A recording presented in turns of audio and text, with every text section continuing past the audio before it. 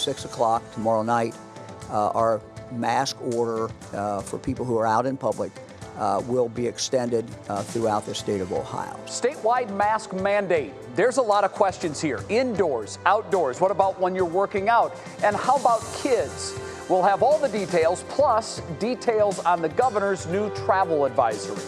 House Bill 6 fallout. We get to the bottom of who was involved in passing the nuclear bailout as calls to repeal it intensify. Might help marginally, but the real focus has got to be on the face-to-face stuff. Classroom fogging, the new tools schools will use to clean classrooms this fall, and what health experts say about its safety. Will the games go on? New questions about whether the 2020 Olympics can be held next year. I can't begin to tell you guys how embarrassed I am that I just this year found out that there's something called Cleveland Day. And happy birthday, Cleveland! Do you know how our city got its name? Mike Polk Jr. celebrates Cleveland's birthday with a little city history. What's new starts now. And now, live from WKYC Studios, this is What's New. Yes, it is, and hello again, Northeast Ohio. Thank you so much for choosing What's New. It's great to be with you on this Wednesday afternoon, or as we call it around here, halfway to Friday.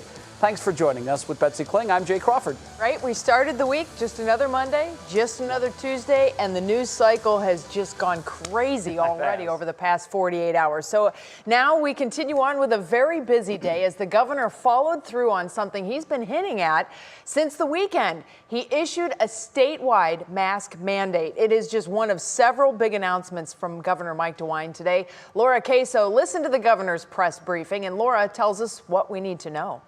Well, first, you need to know, Betsy, that this mask mandate goes into effect for the state tomorrow at 6 p.m. Now, the governor says it is clear masks are helping to stop the spread in counties where masks are already mandated, like Cuyahoga County. He wants this trend of wearing face coverings in public to continue so we can hopefully soon, fingers crossed, hit a plateau across the state. Now, there are exceptions to who has to wear a mask. They include children younger than 10 years old, as well as those who suffer from health conditions, are actively exercising or playing sports, officiants at religious services, those involved in public safety, or those actively eating or drinking. The wearing of the mask plus the social distancing makes a huge, huge difference. So just to reiterate, beginning tomorrow in all counties in Ohio, individuals who are out in public must wear facial coverings when you are in an indoor location that's not a residence, or outdoors, but are unable to maintain 6-foot social distance from people who are not members of your household. Now remember, you have to wear a mask when waiting for, riding, driving, or operating public transportation. I'm talking taxi, car service, or private ride share. And the news, it doesn't stop there. Betsy said it. The governor issued a travel advisory for those arriving from high-risk states. This advisory applies to people arriving from states with positivity rates at 15% or higher.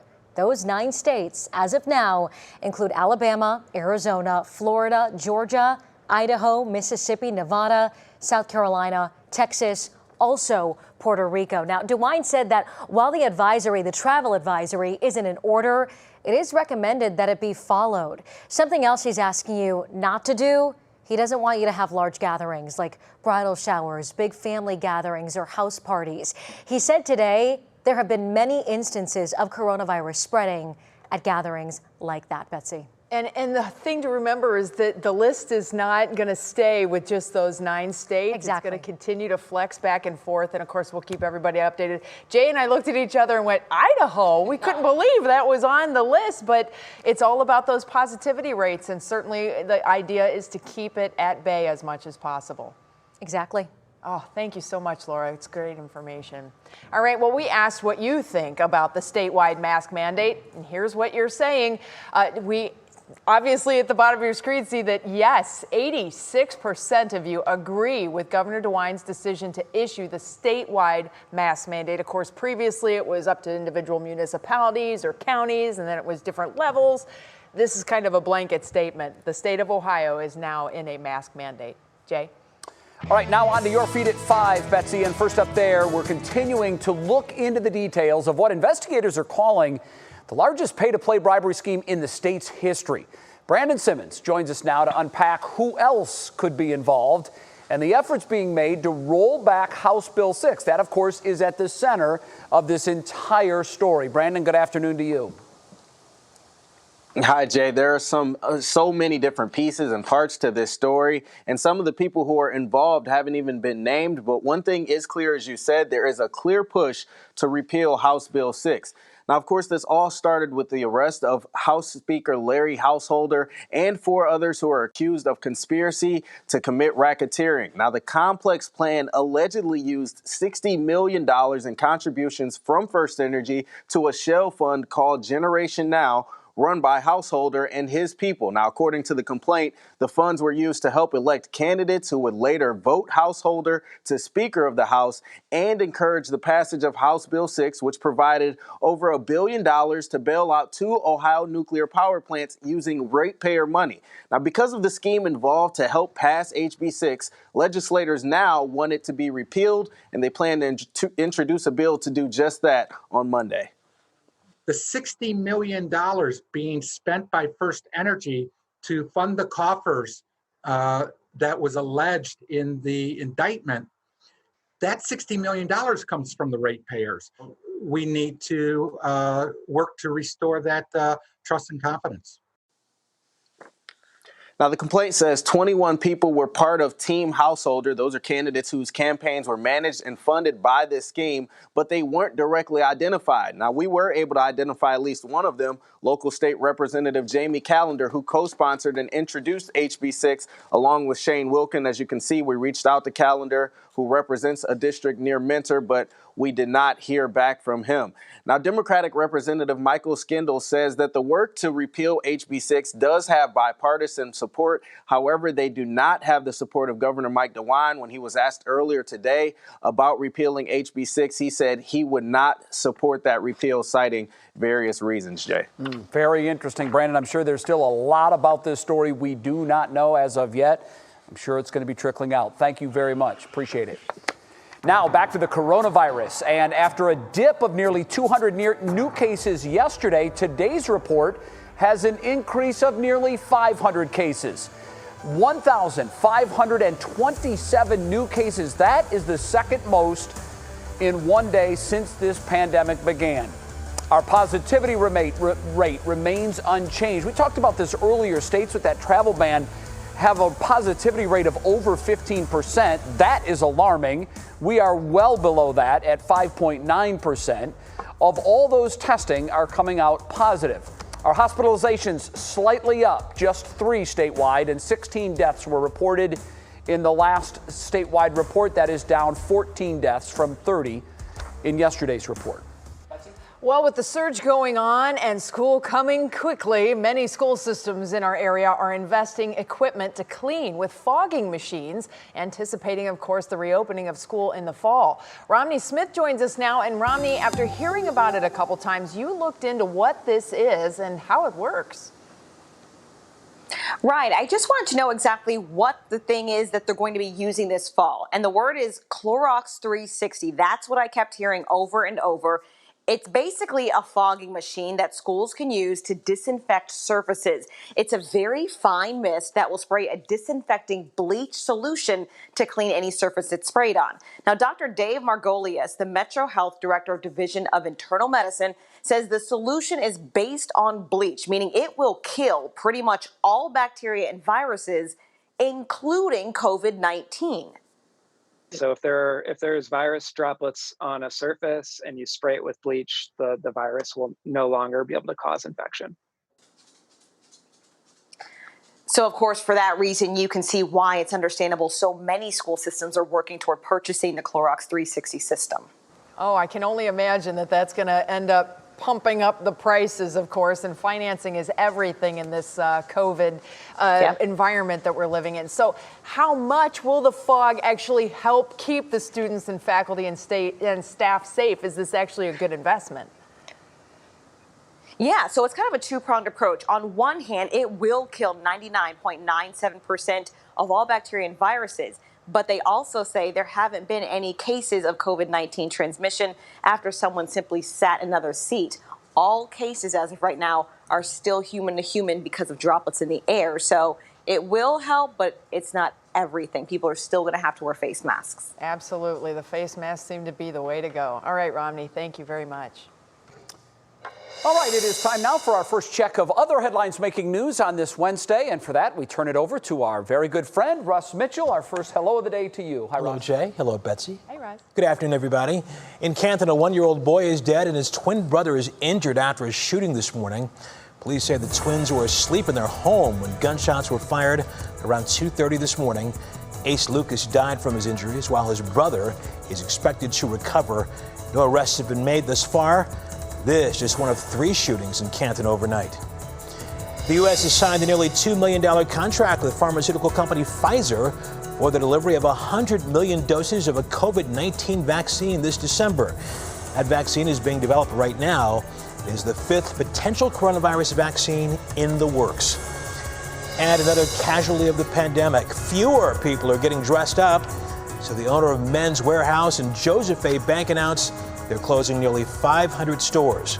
The brand says it will also cut about 20% of its corporate jobs. So, Jay, once again, another sign of the times. Yeah, it is. I remember not long ago, they used to have the ads on, buy one suit, get another suit free. A lot of people use that as their way to dress for work. As you said, fewer people are getting dressed up for work because they're working from home. Russ, thanks. We'll see you in just a little bit. See ya. Well, today is July 22nd, and I bet most in our audience have no idea why that is such a special day for us here. Mike Polk is going to explain that as only Mike Polk can. And later, we're talking about the Indians' pitching rotation, maybe doing a little prospecting on that. The home opener is just 2 days away. By the way, you can see it here on Channel 3. And by the way, speaking of prognosticating and forecasting, we turn it over to Matt Wins. Hi, Matt. Hi there, Betsy. We've got humidity, we've got showers and thunderstorms, and we have a summer-like feel to the forecast, especially this weekend. I'll bring you the latest numbers on the impending heat coming up.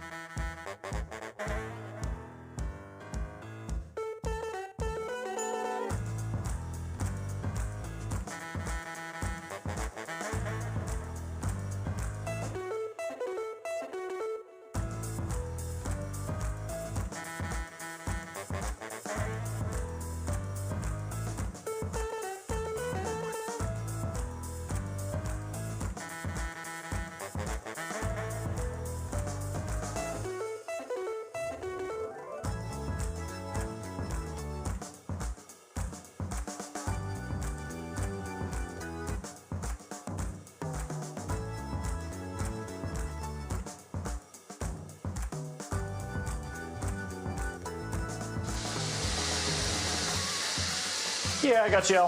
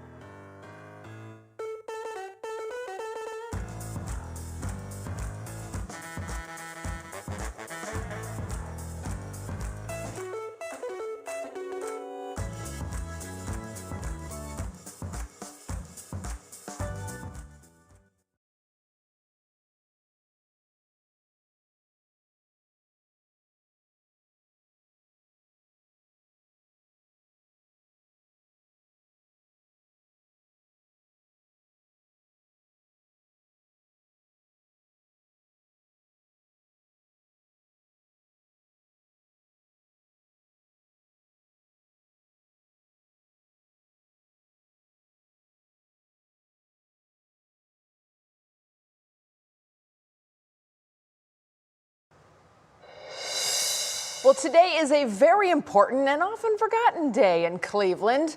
And, of course, that means Mike Polk Jr. has to fill us in on why we should be remembering the 22nd of July.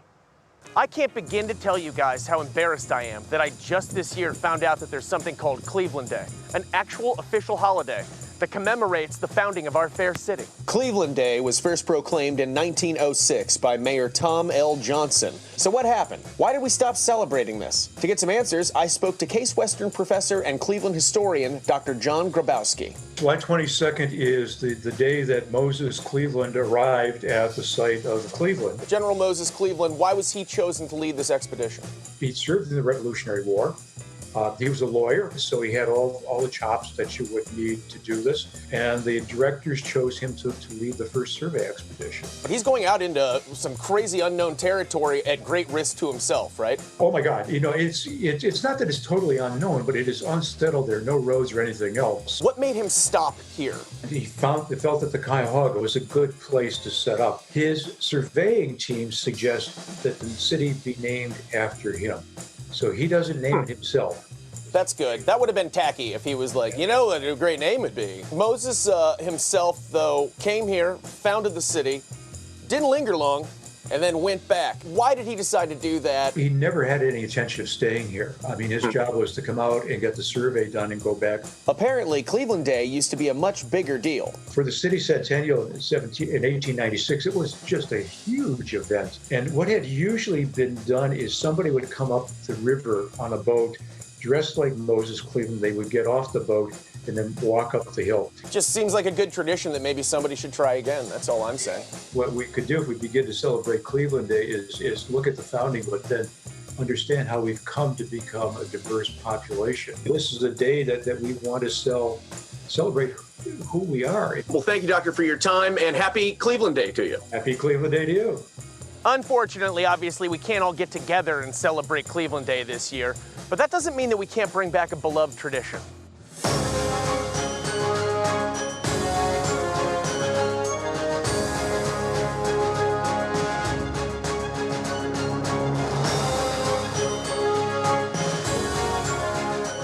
Thank you for coming.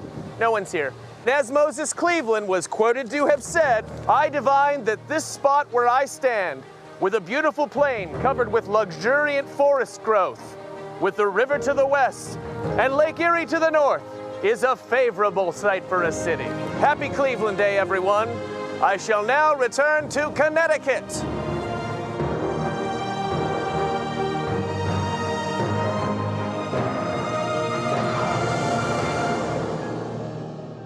Oh my goodness. Only Mike Polk. That's one of the more memorable pieces he's done, and that's saying something because, but now every time it's Cleveland's birthday, I will think of Mike Polk coming out of Lake Erie and going back into it, walking all the way back to Connecticut. And I have to tell you, I know we're in the coronavirus pandemic and nobody's allowed to do anything fun, but don't you think it's so Cleveland to have a birthday party for Cleveland, like make it a big city deal? I mean, Yes. Everybody that I know who's anybody in, around, from, near, even remotely connected to Cleveland, wears Cleveland t-shirts Yes. of some kind and bags and bumper stickers and the whole thing. You So let's start that. So then next year, and hopefully we'll all be able to, be out and mingle. Right. Next July 22nd will be 225. That's kind Party of a milestone. on. Betsy, I think you should throw for the city of Cleveland a mammoth birthday party. That's on you. On me? You are hereby I thought we were going to have Mike Polk do that. Well, he can help. He can, because it's not a party without Mike Polk's involvement. I have a great idea. Okay. Mike Polk, Matt wins. Matt is a party animal. People may not know that. I didn't know that. Total party animal. He throws a mean kid's birthday party. Wow. So if he can throw a kid's birthday party, why can't he throw a city's 225th birthday party? I think it's great. You've been drafted, Matt. There you go.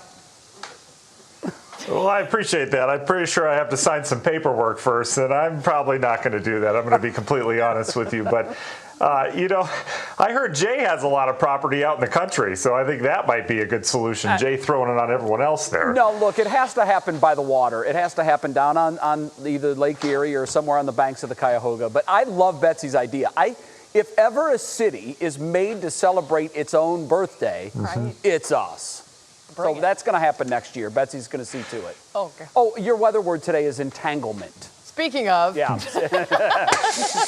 And by the way, good luck with that. I really want to see how you weave that into the show. Right. Weave that in. Entanglement. Yeah, I'm going to be real honest. I totally get it. I'm going to be real honest. That word's not getting into my forecast, so put a big X on it right now. All right, you know what? We had more clouds today. We've had some showers periodically across the area. This is with that lingering boundary and the moisture that we have in place. It's taken a little longer to destabilize the atmosphere, so we haven't seen a lot of activity over the last couple hours, but I really think we're going to see an uptick here, at least through the course of our evening hours. We're starting to get a hint of that. We've had some decent downpours. No lightning with this. This is near the Kingsville area, Plymouth Township out towards the east as you get it over into PA. And then a couple of downpours out towards the islands, Put in Bay getting wet. Sandusky's not right now. But again, I think we'll see an uptick over the next couple hours of some of these scattered showers and thunderstorms. Will everyone see rain this evening? Absolutely not.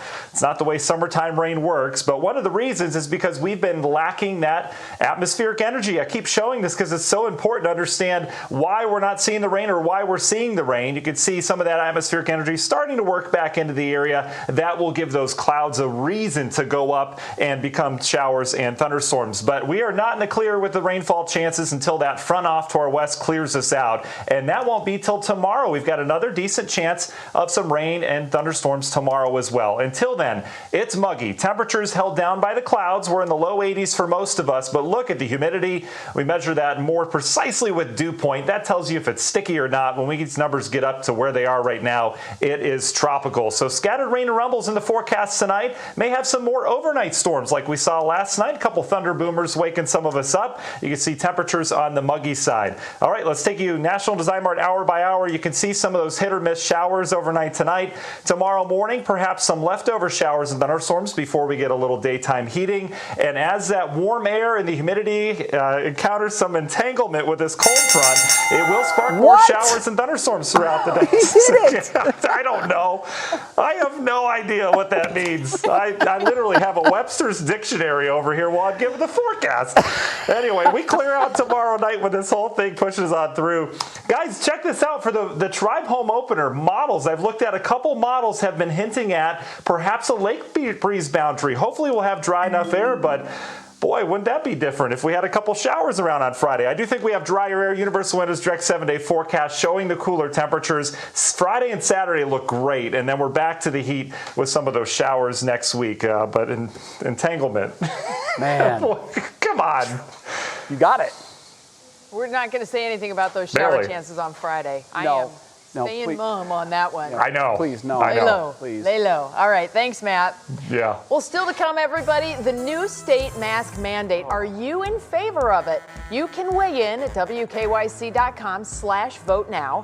We'll continue to keep an eye on those results. Next up, though, it's clicking in Cleveland. That's one thing a lot of people have been clicking on.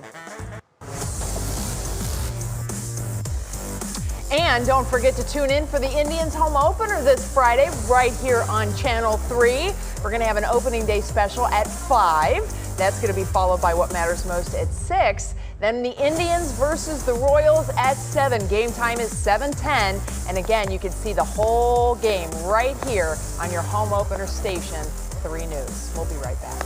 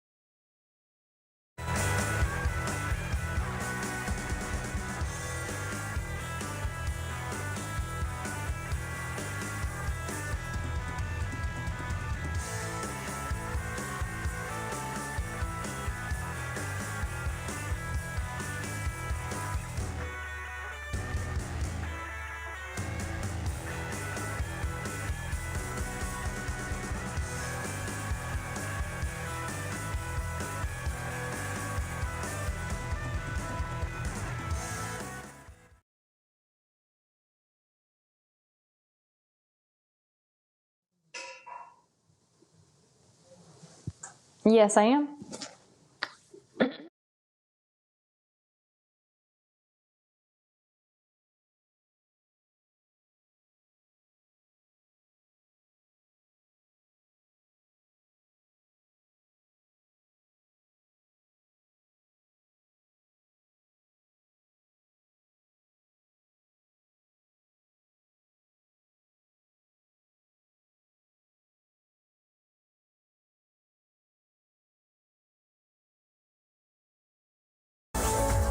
All right, everybody, 5:24, and now it's time to see what is clicking in Cleveland. For that, we bring in our digital anchor, Stephanie Haney. And Stephanie, it has been a hot topic of conversation all across Northeast Ohio since about 2 o'clock this afternoon, that mask mandate.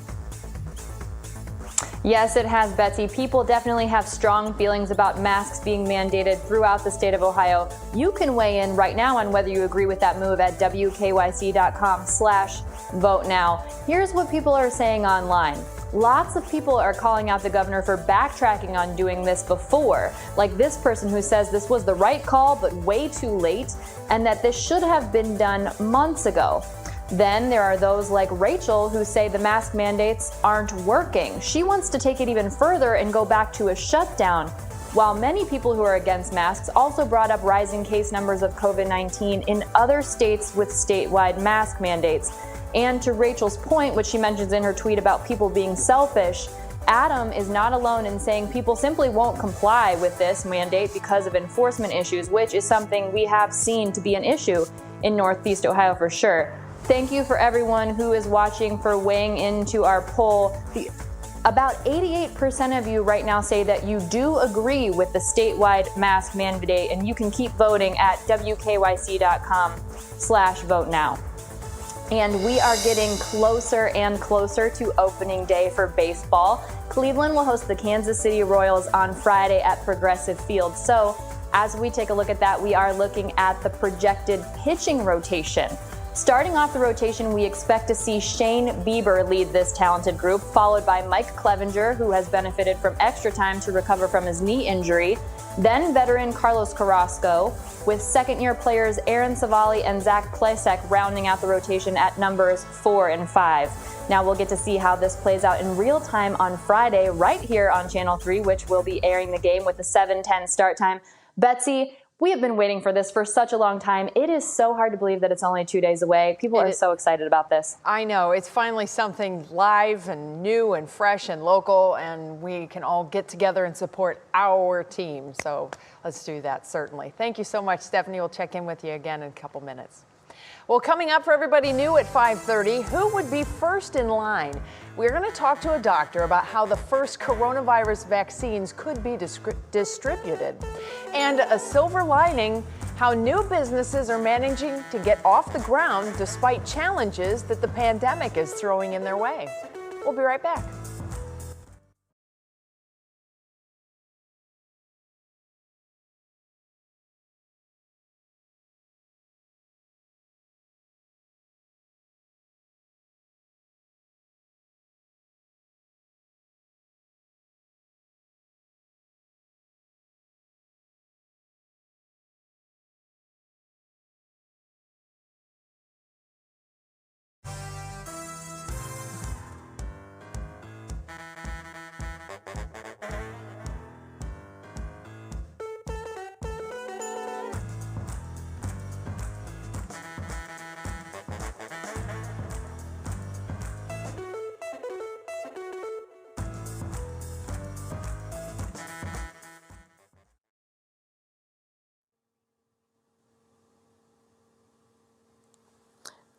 Yeah, it's Lippy Roy, 1, 2, 3, 4, 5.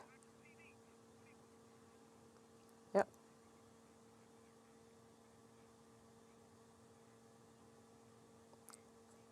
Go.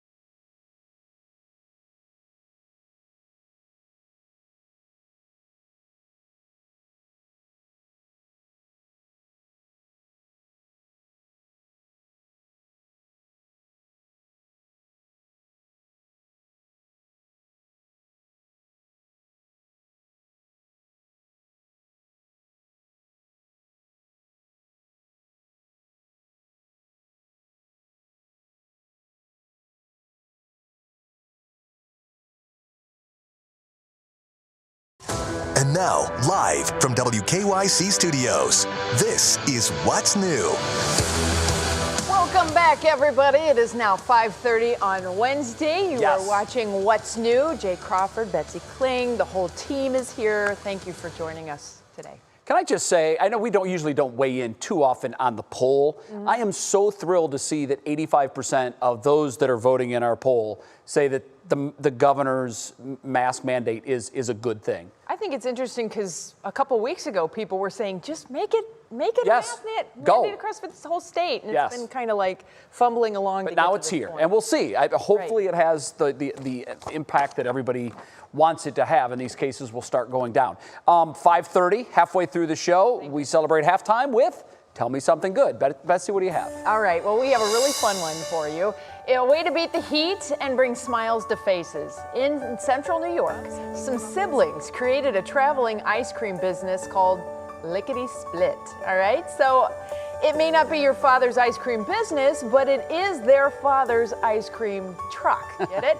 4 siblings are driving around in a '67 Chevy pickup with a freezer on board, selling frozen goodies to folks in their town. They even upload their route online daily, so residents know where to find them. That's a beautiful vehicle. It is. That is well done. Plenty of room for that freezer in the back. Yeah, I wonder, we didn't hear it there, but I hope it had the little tune maker, that they would drive around, the ice cream truck Turn the song. radio up. Yeah, no, the song that the ice cream truck plays. You don't remember that, Bets? Oh, trust me, I remember it. Yeah. Occasionally it still rings true in the neighborhood, and my girls go, Mom! Yeah, that's Pavlov's dogs for humans. You hear kids screaming for miles when that song is being played. All right, great story there. Our top talker today, more on the report that we told you about earlier in the program. This is big news. The federal government today announcing a nearly $2 billion contract with drug maker Pfizer for a coronavirus vaccine. This, as the U.S. saw more than 1,000 deaths yesterday. This is the first time they've surpassed that number in a single day in 2 weeks. To help us better understand where we are on a virus, we're now joined by NBC News medical contributor Dr. Lippy Roy. She is an internal medicine physician, and she joins us now from New York. Doctor, thank you so much for being here. What do we know about this Pfizer vaccine? Hey, it's good to be with you, Jay. So look, I'm always optimistic at the news that there may be a vaccine, but what I would really want to wait to see is how effective is this vaccine going to be once it's delivered into healthy humans. I want to make sure it's safe, but it's effective at conferring, boosting an immune response that's going to be able to fight the infection. We just don't know about that yet. So that's what I want to wait to see. Doctor, we know that this is a race to try to secure this vaccine, and there are said to be 5 that are in that advanced stage of testing. Why is it that the feds are securing a deal with Pfizer? How did that come about? That's a great question, and you're absolutely right. The race is a good word to describe this. It's unprecedented, Jay. I have never seen this kind of effort and financial resources being poured into vaccine development. I mean, I understand because we're in the midst of a pandemic, but I think it's a question of they might have access to the data from Pfizer that maybe the rest of us don't. So they might be seeing promise in their vaccine candidate that maybe the other companies don't have yet. But as I said before, to me, it's going to be about safety and clinical efficacy. That's going to be the 2 key measures. Well, and hopefully by later this year, we'll have a better idea of how these individual vaccines perform in large-scale testing. Final question before you go, and this is one that is being asked by many, and it's going to become an issue. When that vaccine is finally in the government's hands, how do we decide and who decides who's first in line to get it? Yeah, that's such an important question. So many people are wondering that exact same thing. Right now, there's several federal agencies that are really working on trying to triage who's going to get it. The CDC, NIH, and the NAM, National Academy of Medicine. We think that the first tier will probably be frontline healthcare workers that are most at risk because they're working directly with highly infected patients. And then beyond that, we believe it's going to be vulnerable populations, but that's several populations. The elderly, community communities of color, people in nursing homes, people behind bars and jails and prisons. So there's a lot of different vulnerable populations. So it'll be very interesting to see what these health agencies come up with. All right, Dr. Lippy Roy with some fantastic information for us tonight. Doctor, thank you so much. More on this story tonight on NBC Nightly News at 6:30. Well, we do want to get another check on some of the headlines that are making news now at the bottom of the hour, 5:35. Russ Mitchell joins me now. Hi, Russ. Hey, Betsy. An Ohio National Guard soldier is tested positive for coronavirus and is now in quarantine. That soldier from North Canton was attending annual training at Camp Perry in Port Clinton. Only one other soldier is known to have come in contact with the patient. As protests in Portland, Oregon continue more than 50 days after the death of George Floyd, today a group of mayors called on Congress to look into the use of federal forces in the city. A letter from 15 mayors is asking for an investigation into the Trump administration's use of federal officers to quell protests in Portland and elsewhere. And the LeBron James Family Foundation is ready to welcome families into its new I Promise Village this week. The remodeled 18-unit Akron apartment building will serve as transitional housing for students and families in need.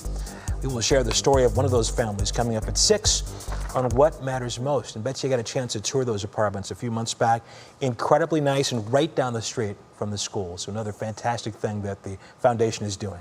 Just another way they are supporting their community. It Yep. is truly amazing. All right. Thanks, Russ. We'll see you coming up at the top See of ya. the hour. All right. Well, you know, we should have been in the Olympics this month. It's kind of one of those things to think about. But the Tokyo Olympics are anything but a sure thing, even for 2021, according to a new report. The organizing committee says the delayed games can't be held next year if the pandemic continues without a vaccine. That could still be 6 to 9 months away. Still, the International Olympic Committee has insisted that the games will indeed take place. Tomorrow marks 1 year from the start of the games. Now, Jay, I know your son was training to go to the Olympics, super duper long jumper that he is. So where does that leave the athletes now? Well, it's incredible. Everybody that is in that Olympic track is in the same boat, and that's in a boat of limbo, like most everyone else. They don't know if there's going to be an Olympic Games, and it's so critical how you train in the months leading up to the Olympics. You want to peak at the trials and at the Olympic Games, but you can't do that without competing in other competitions that are on the calendar along the way. Everybody has no idea what's going to happen, and we will see an Olympics unlike any other if it happens in 2021, and we're keeping our fingers crossed that it absolutely does. Right, and if it goes 2022, what are they going to do? Winter and summer in the same year again? Here we go, kicking it old school. I believe the summer committee has already said that they wouldn't do that. They wouldn't postpone it into 2022, that it would just be canceled. Right. But I would give this caveat. We've heard things say definitively this is the way it's going to be, and how many times have we seen, oh, no, we're changing the plans. So that's the plan right now. It's either 2021 or bust, but who knows? We'll wait and see. All right. Well, in this pandemic, a lot of folks have been sampling some new viewing, and Disney Plus was one of the big ones that folks hopped onto. There's a new phenomenon that's coming to the channel. We'll tell you about that, and how Beyonce is looking to change the way you look at her music, literally.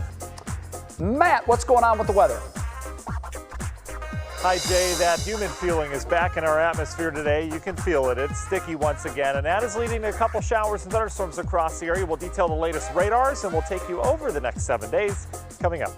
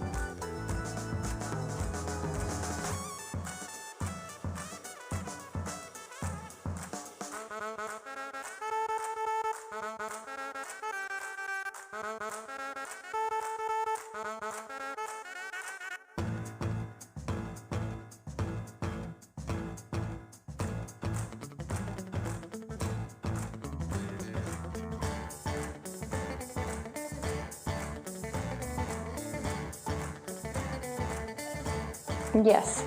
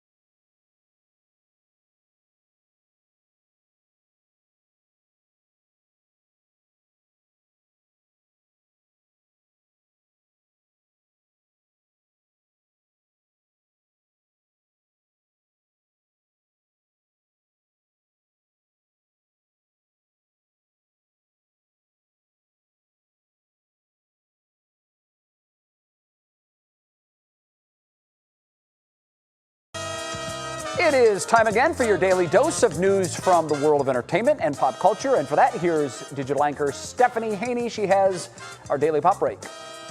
Kim Kardashian is speaking out for the first time on husband and rapper Kanye West's recent erratic behavior. West once again tweeted about Kim and her mother, Kris Jenner, on Tuesday, calling his mother-in-law Kris Jong-un and saying he's been trying to get a divorce from Kim for 2 years, alleging that she had an affair with rapper Meek Mill in 2018 when they met to discuss prison reform. In an Instagram post today, Kim asked for understanding, writing, "As many of you know, Kanye has bipolar disorder.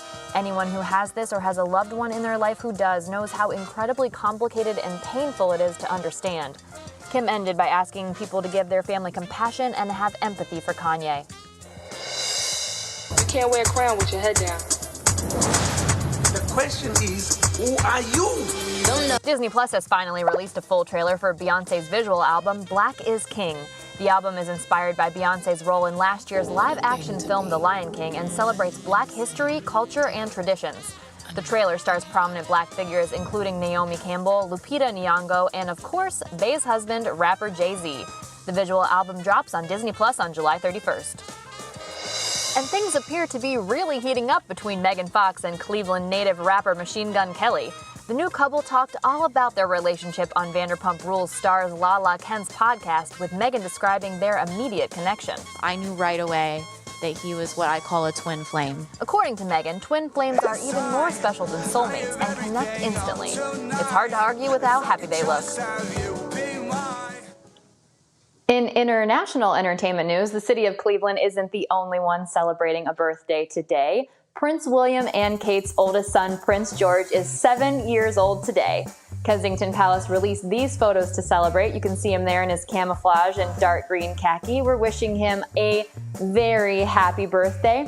Jay and Betsy, they posted these photos on the Kensington Royal Instagram page, which is really testament to the fact of how much the royal family has opened up over time. You know, this Instagram account didn't even exist when Prince George was born. Wow. Yeah, it is quite a shift from the privacy of the royal family that we've seen in the past, and now they're sharing some of these behind the scenes. I think that's great. I think it's a great idea. There's obviously interest from the public, so why not? And people love to see it. It's hard to believe that he's 7 years old already, obviously looking adorable in his khaki and his little camo there. Hard to believe. Steph, thanks. We appreciate it. We'll see you tomorrow. All right, we're going to change directions now, head back out to Matt's house for a little bit of a weather update. You know, Matt, it is getting sticky outside. I was wondering if you'd actually be outside playing for a while, but it is just a little too humid to be out too long. Yeah, you know, Betsy, I actually went outside and I planted a plant. We redid a little gardening, and I was drenched. And I said, you know what? I am not doing that today. We will stay in the air conditioning. Thank you very much. So, also, River hasn't had his nap, so we wanted to avoid the ticking time bomb that he is this evening. Yeah. Last week you called him something, grouchy. Grumpy? Grumpelstiltskin, yeah. Rumpelstiltskin. Yeah, I could yeah. not remember that. That is like Yeah. such an awesome kid name for that situation. Perfect. Yeah. Oh, it fits him perfectly when he's napless. Well, me too, nonetheless. But anyway, so we're just going to keep it inside today. Let's just say that. So I did want to touch briefly on average highs. You know, our warmest days are actually over with, at least that heat of the summer typically. But this is when we enter the dog days of summer. So, you know, we could still be hot. We average about 4 90-degree days from here on out. But in terms of our average highs, notice how they start to come down over the next 4 weeks. Not dramatically. Everything going to be pretty much the same in terms of temps through August, but we are on a downward hill as we get towards the month of August and eventually September. Today was right on par, 84 degrees for our high. Average 83 this time of year. That overnight low was a little above average because we have such thick humidity around here. It helps that temperature to stay pretty steady. And temps this evening, if you're heading on out, yeah, they're generally in the low to mid 80s outside. Couple 70s out there in Portage County, but that humidity is thick. We've got dew points up near 70 degrees. That means you will sweat very quickly outside. And you can see the dew points across the country. A little bit of dry air trying to make it into the upper Midwest, but we don't just get our humidity out of the Gulf of Mexico this time of year. A major factor in the humidity is actually the Corn Belt out in the Midwest. That stuff sweats like crazy, up to 4,000 gallons of water per day from an acre of corn. So we get a lot of our humidity off of the corn crop and the soybeans out in the Midwest, believe it or not. Anyway, the humidity across the area is going to trigger a couple showers and thunderstorms. I think they're going to get a late start. Not going to be widespread, but we are going to be dealing with some downpours like they have right now as you get out towards the Ashtabula, Plymouth community. Put-in-Bay, you've been in and out of the rain as well. We'll continue to watch these fire up, I think, off to our west tonight. So do plan on some scattered showers, even a couple rumbles of thunder until that cold front goes through. And that doesn't happen until tomorrow. So scattered rain and rumbles tonight. It's going to be a muggy night tonight. Temperatures only falling back into the 70s. Likely some thunder and lightning in spots overnight as that atmosphere continues to be pretty charged, especially through the overnight hours. Your National Design Mart hour by hour forecast painting the picture of some of those scattered showers and thunderstorms throughout the overnight. Tomorrow morning, some rain around. Still a muggy start, but tomorrow's our transition day. We are going to have some showers and storms as that front advances south through the area. Could see some pretty decent downpours with that. There's plenty of moisture, but look what happens later in the day. We get some clearing, a north wind off the lake. That is a refreshing air mass that will come in here Thursday night. That should set us up nicely on Friday. I think we'll have partly cloudy skies. There may be a lake breeze boundary. If we don't get all that moisture out of here, we may have a shower in the forecast Friday, but we're going to keep it mostly sunny to partly cloudy now. Your Universal Windows Direct 7-day forecast. You can see we build the heat back this weekend. Out of the 2 weekend days, Saturday looks great. Sunday looks good too, but we'll be introducing some storm chances Sunday night on into Monday. Betsy and Jay? I'm going to tell you what, here's a fact. We need no showers on Friday evening. Let's just take it out and let's assume it's all going to be south. We're not even going to put that into the atmosphere. No bad juju. We're just going to go with. Does that work, Bets? We're going to try. Okay. Little experiment here on what's new. If that works, we're on to something. I got the power. Well, we're going to find out. All We're right. going to find out. Thanks, Matt. Well, coming up, everybody, small and thriving. Many new small businesses are making names for themselves despite the challenges of a pandemic. And later, the reason a racetrack is lining the stadium with cherry pickers of all things. It's a unique sight and are worth the watch.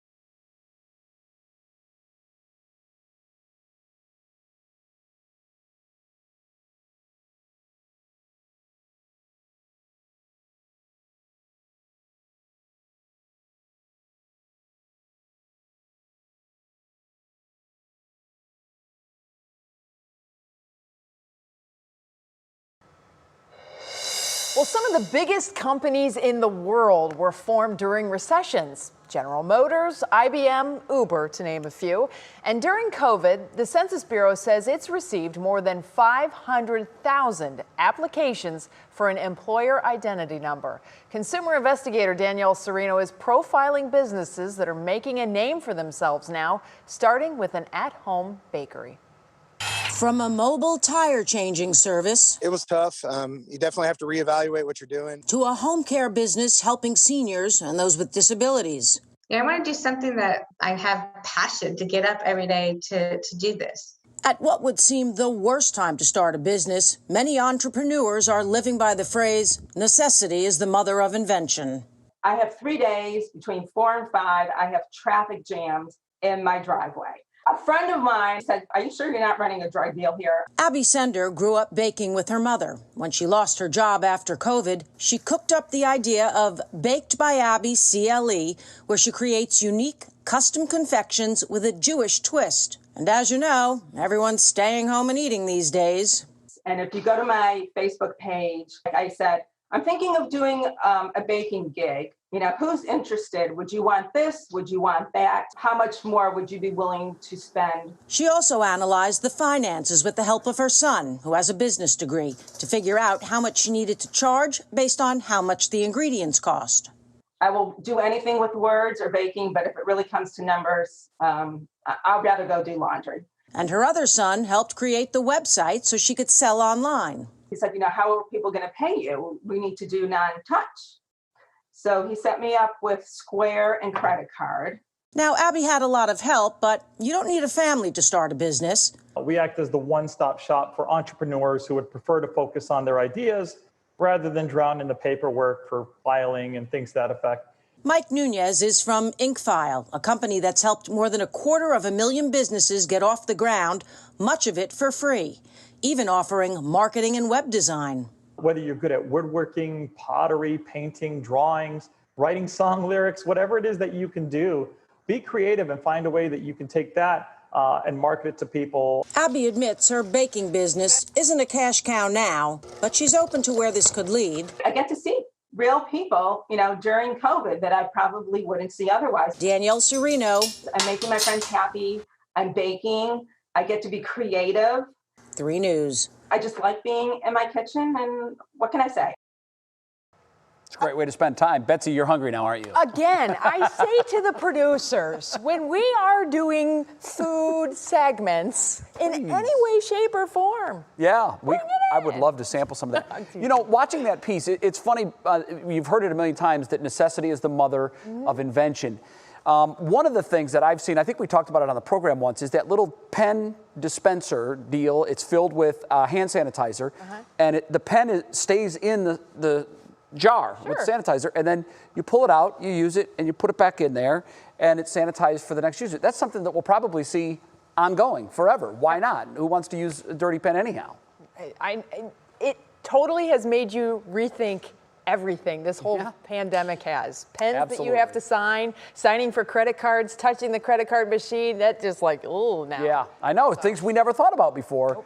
Now we're thinking quite a bit.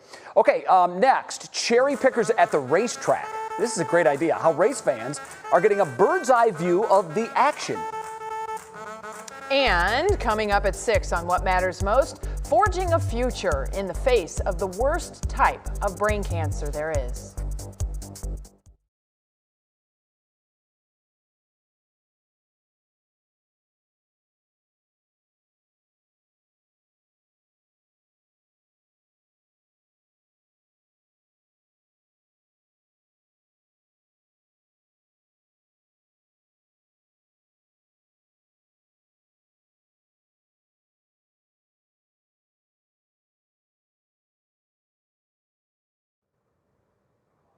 Hey, mic check. 1, 2, 3. Mic check, mic check. Yeah. Hi, Al. Testing 1, 2, 3, 4, 5, 6, 7, 8. I saw where the Mets were selling. You could pay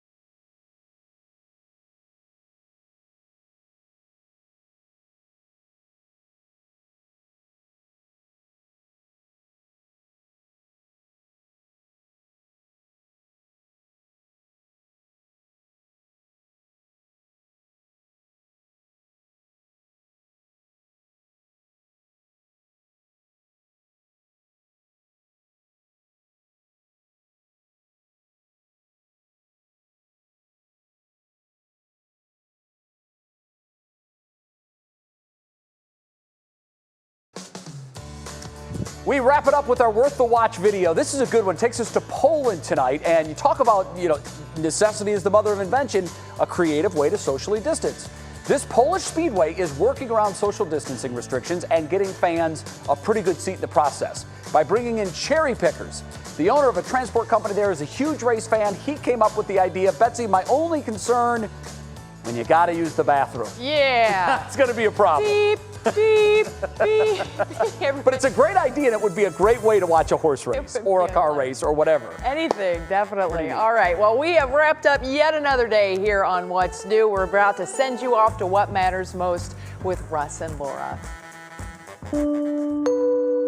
Now at 6, mask mandate. So therefore, tomorrow at 6 o'clock, tomorrow night, our mask order for people who are out in public will be extended throughout the state of Ohio. The governor's decision to require masks in public statewide. Also, bribery scandal, the growing push to repeal House Bill 6 in the wake of the Ohio Speaker's arrest, and where Governor DeWine stands on the issue. Fogging safety. Several local school districts plan to use the tool to help keep children safe, but we'll tell you why it's not the cure-all. And GBM Awareness Day. You never know